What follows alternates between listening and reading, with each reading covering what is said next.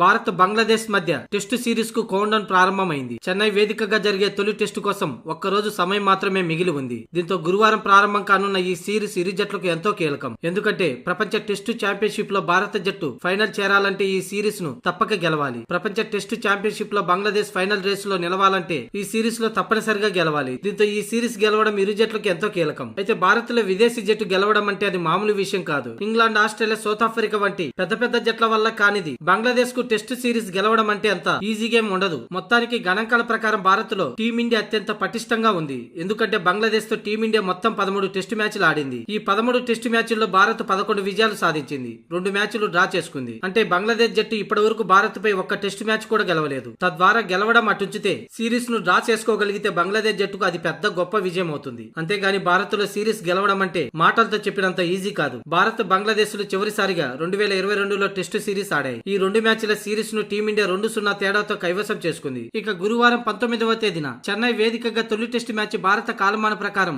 ఉదయం 9:30 ప్రారంభమవుతుంది.